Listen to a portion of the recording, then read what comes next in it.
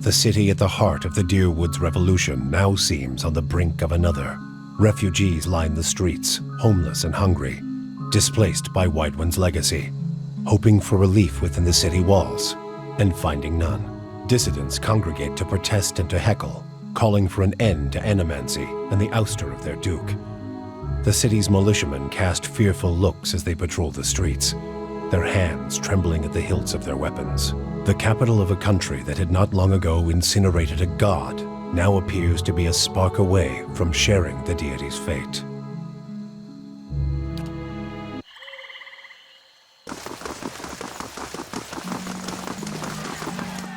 Bay. I miss Adir already.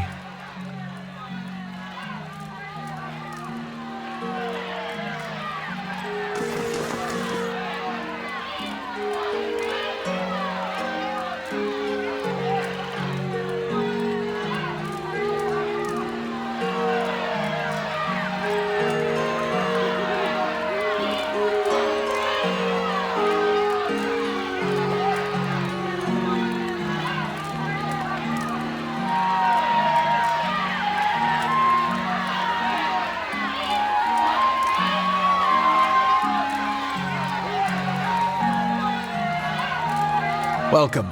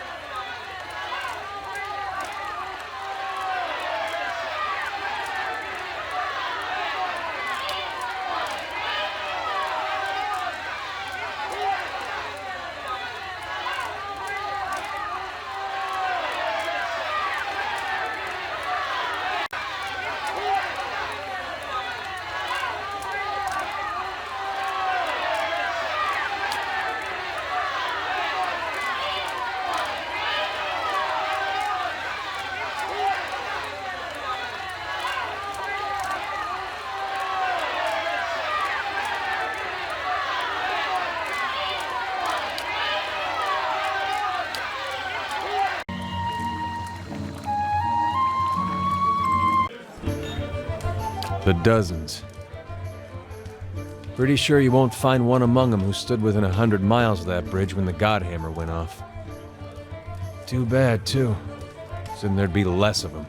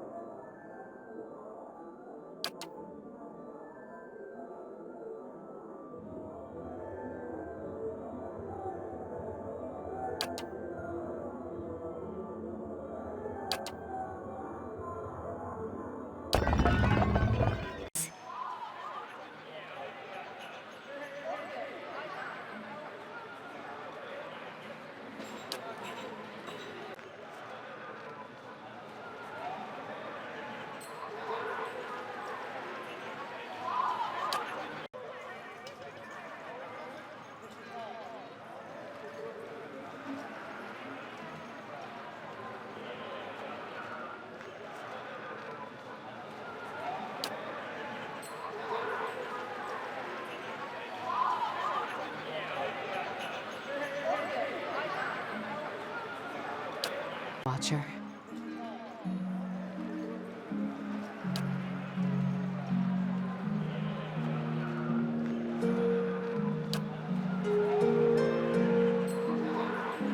The title came unbidden.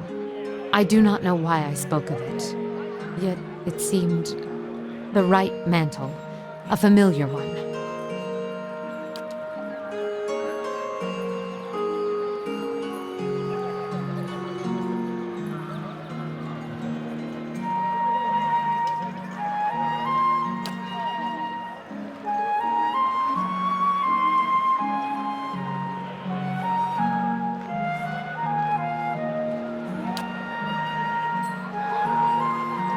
Their eyes see me, but their minds will not remember past the call.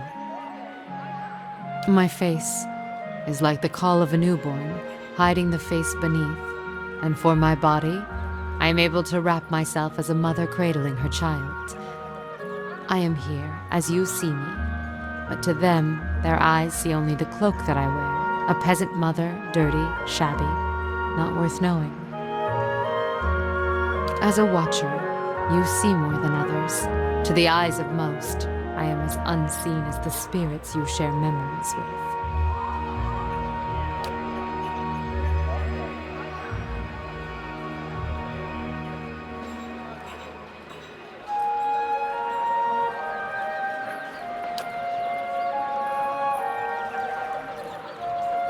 I do not know. What do you speak of? If you were in my thoughts, I could not feel your presence, nor do I know what you saw there.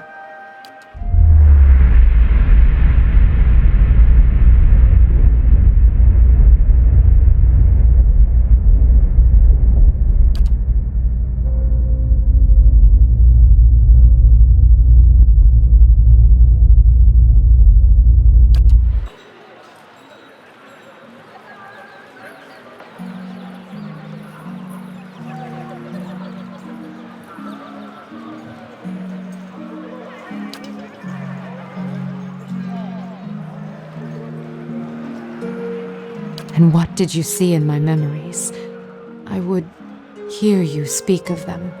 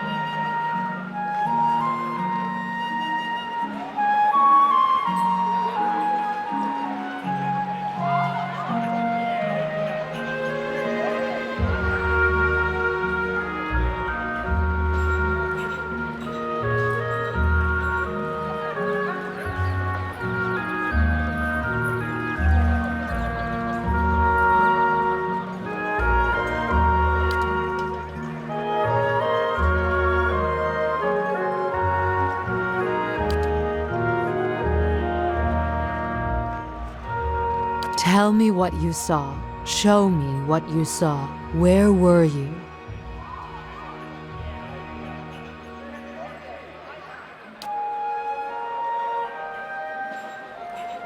The stone of the plateau. Its color. Tell me its color.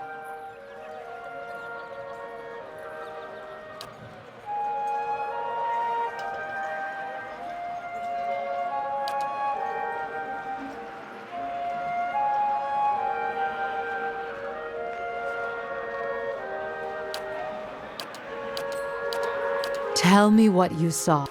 The stone of the plateau.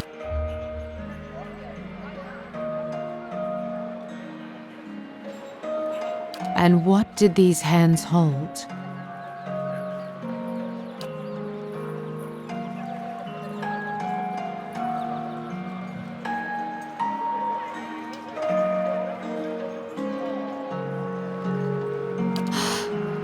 It was the birthing bell you saw. Has it been so long? Have I forgotten so much?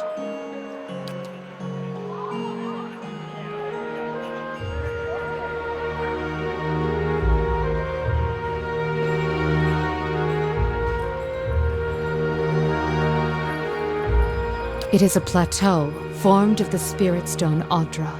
At its top is set a great bell, cradled in the reaching arm of the plateau. It stirs in the wind, and it sounds for leagues when struck by kith hands. In distant times, the great bell served as a Glanfathan watchtower, perhaps. Why they abandoned it, I do not know. Other men came in time, settlers, and claimed the tower as their own. I, in turn, claimed it from them. The pillar became a cradle where I could draw new souls into the world. Yes, Yet, I believe you only saw a small part of the birthing ritual. It is not all in a moment, nor in a day. It is a journey of many years between the child, the mother, and I.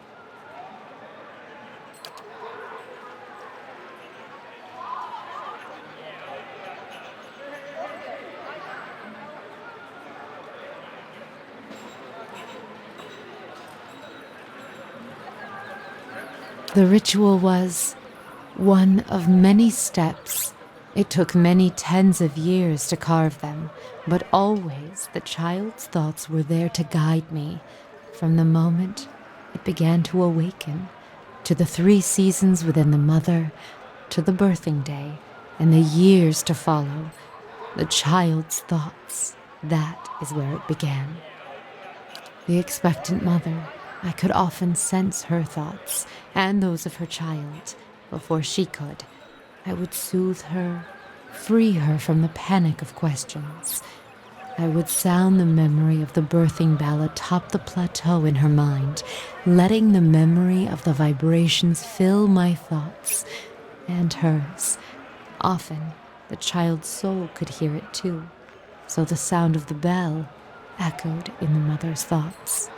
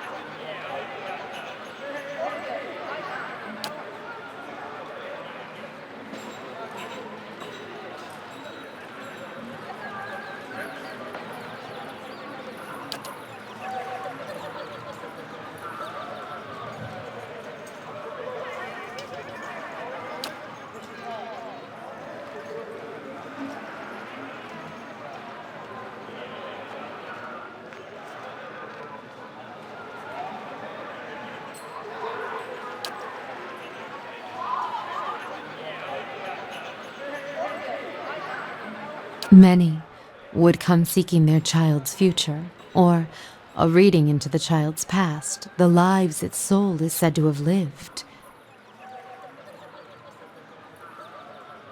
Such things are not mine to see. I meant no offense.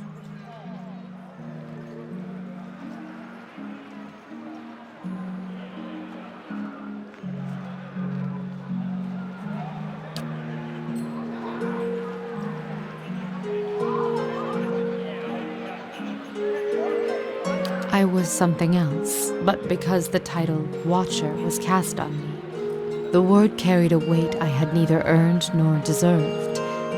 The world seems filled with such titles. They distract, I think, from the actions of the person, from their strengths. The world has many corners, and in some corners the name Watcher is more known. It is an easier title than others, and at times it is easier to wear. Placing a title upon what is unknown can dispel the fear of it, and I did not fight it. I even believed it true, though I knew little of the ways of Watchers. It even granted me strength. I was able to see the thoughts of others, shape them, and help guide souls. Watcher seemed enough, and the name seemed to matter little in the light of one's acts. I drew upon the present. I felt the soul of the mother before me and used that to tell the child's path, to give it a voice. If only the thoughts of the mother and the emotions that lie beneath were mine to impart. I did, and so I used that as the telling of their child's future. Futures fulfilled by one's own spirit are as strong as anything seen by another's eyes, and if one draws from the emotion of the mother, it matters only when harm is done. And their lives I knew well. I could weave their lives, their thoughts over time, to the mother, to the child, and once the child had been born, was sheltered, I could relax the threads of thought until the child could stand on its own. This is my calling, to show them the life I see before them, and even greater, make them believe it. Even the most strongly worded tells may not be enough to save a child and allow it to be born. If I have the strength to strip away the stem of a mother's spite to expose kindness, weave nurturing from disdain and neglect, then that is my calling. And with the weight of Watcher behind my thoughts, these tells gain strength. Strength I never possessed on my own. They believed. And what they believed became the truth. With each child that was set upon that path, the title of Watcher became stronger. You must understand, without such weight upon my words, many lives would have been lost, drowned, cast in the lake beyond the bell. Now the trail to the lake is lost and reclaimed by the forest, as was meant. A Watcher was not there to look over us, but it was a Watcher that saved them, and with a Watcher's strength, children were born, were cared for, and grew strong. What use is a frightened will when a spirit is at stake? Would you let the fears of a mother end her newborn's life? You felt it in the memory, the weight of it, the importance of the child's life. It was a memory we shared.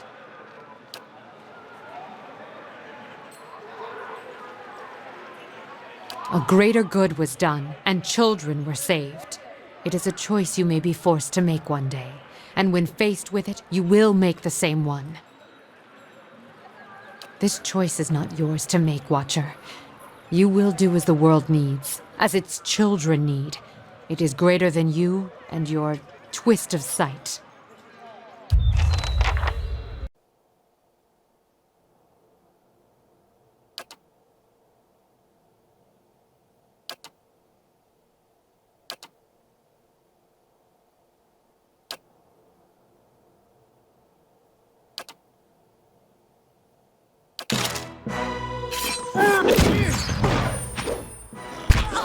Stand to...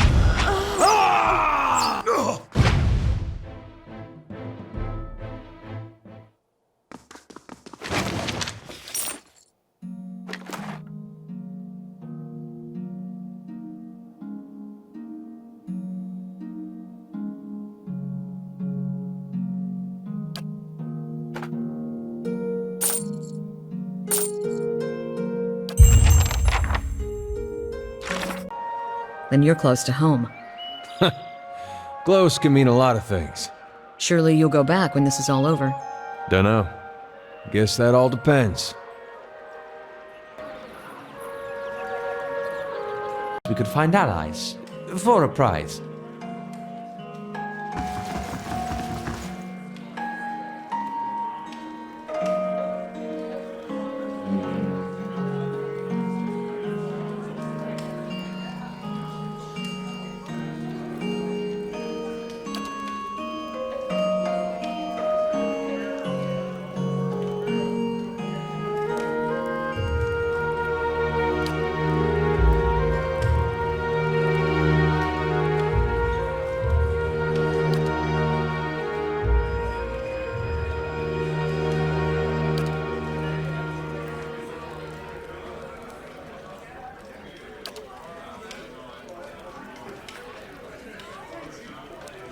Don't stand on ceremony. State your business.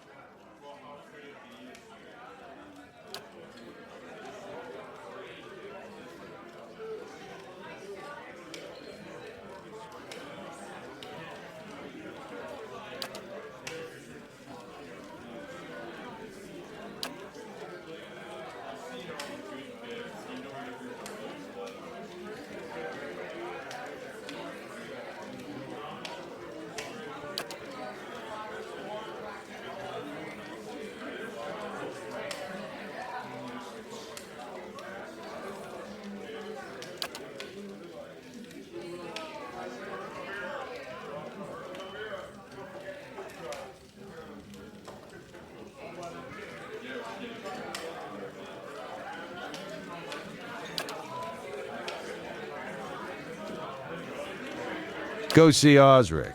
He's usually got something. You do well for him, maybe I can find you more.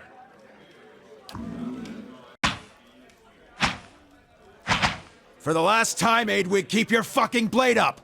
If that dummy was armed, it'd have your head off! You want an expedition? Talk to Wenin. I just handle these mercenary shit-shovelers! Adventurers, I mean.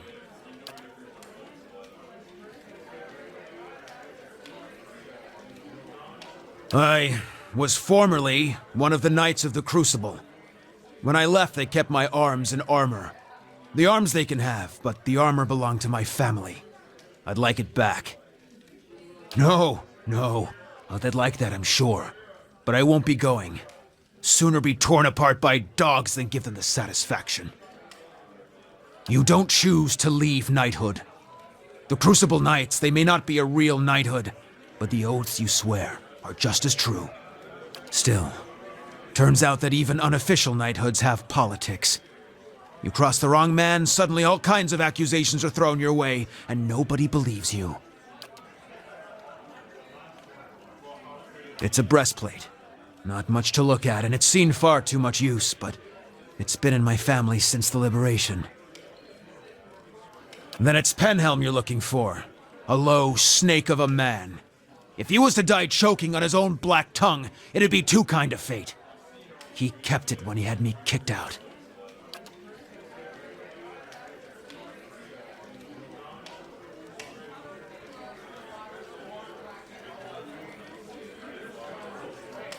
It's a requirement to join the Knights. They have to ensure a novitiate doesn't have a subversive lineage.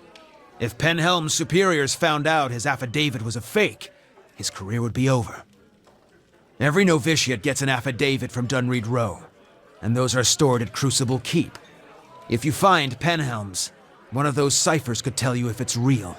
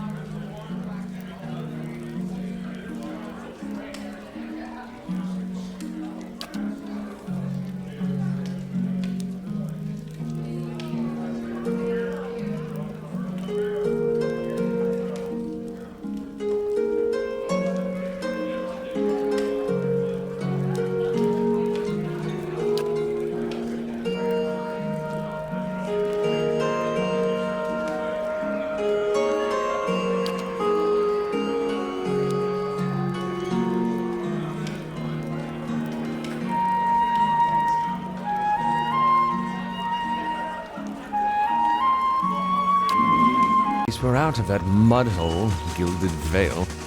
I grew up in Gilded Vale. Quaint! That's what I meant to call it. No, you had it right.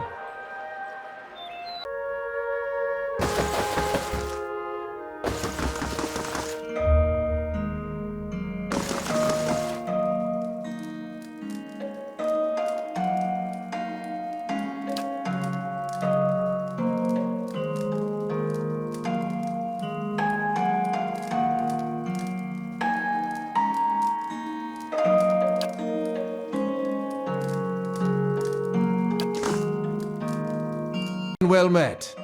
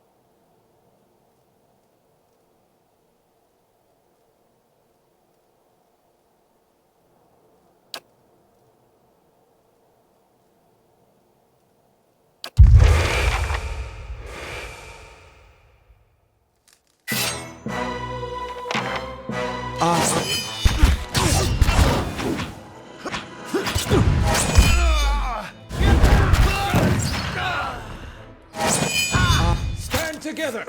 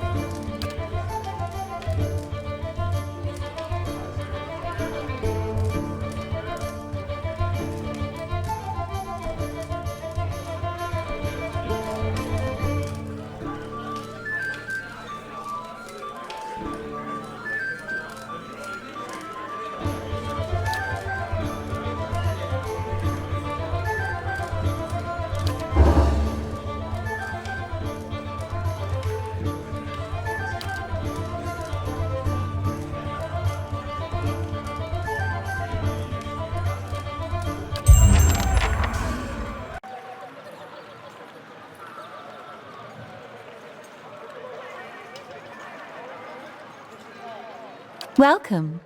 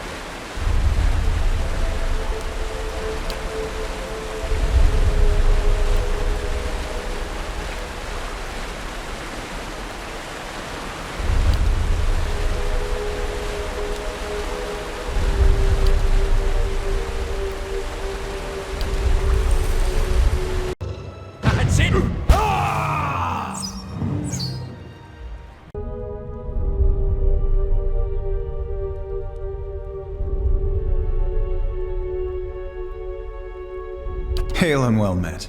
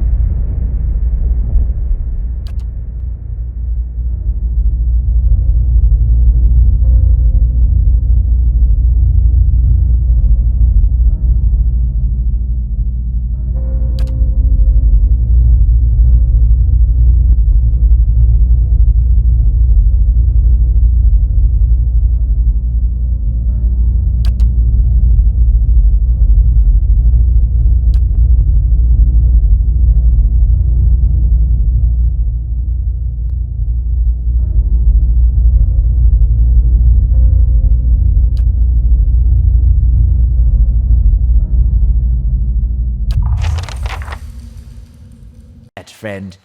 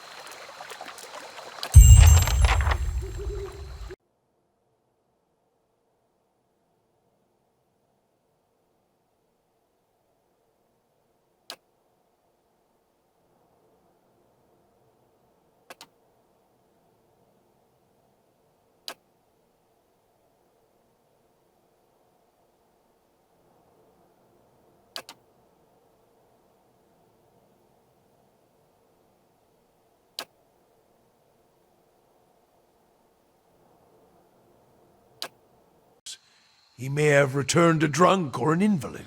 Maybe. But the search for Persock is just as important as what I find. Is that right? And what if you return empty-handed, eh? I never return empty-handed. Pages serve no better use than fuel for the fire.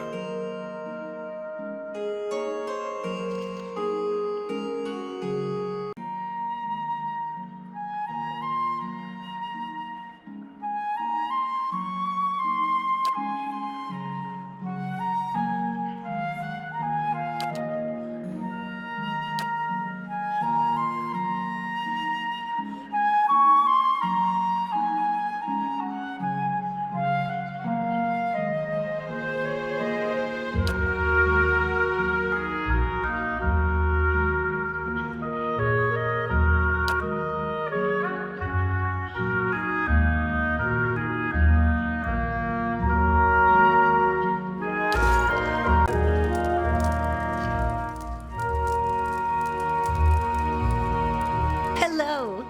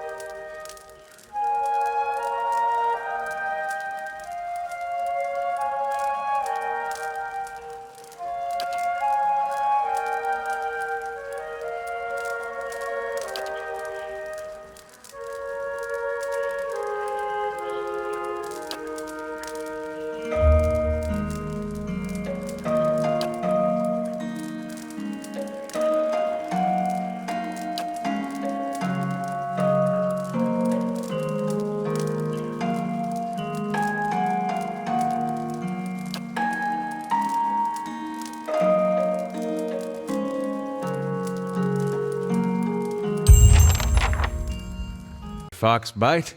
Yes. Can I pet him anyway? It's your hand. I'm gonna pet him.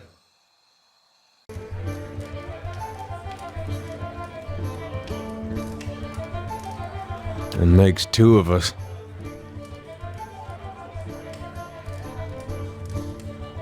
Raised that way. My family's been Aothasian going way back. Suppose it wasn't much of a choice at first. Don't know for sure why my family started worshipping him. Probably because of Gon looking after folks like us.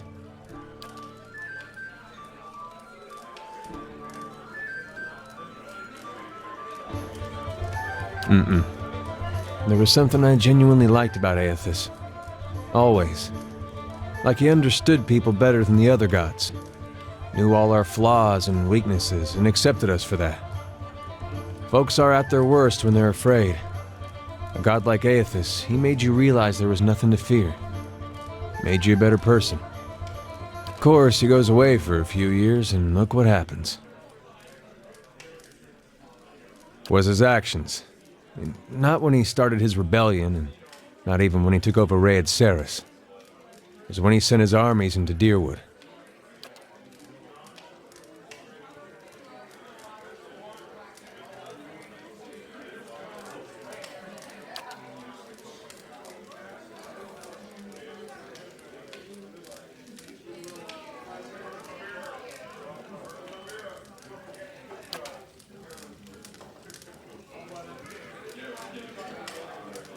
You sure you don't want to talk about something more pleasant? Like the War of Black Trees or the Legacy or something?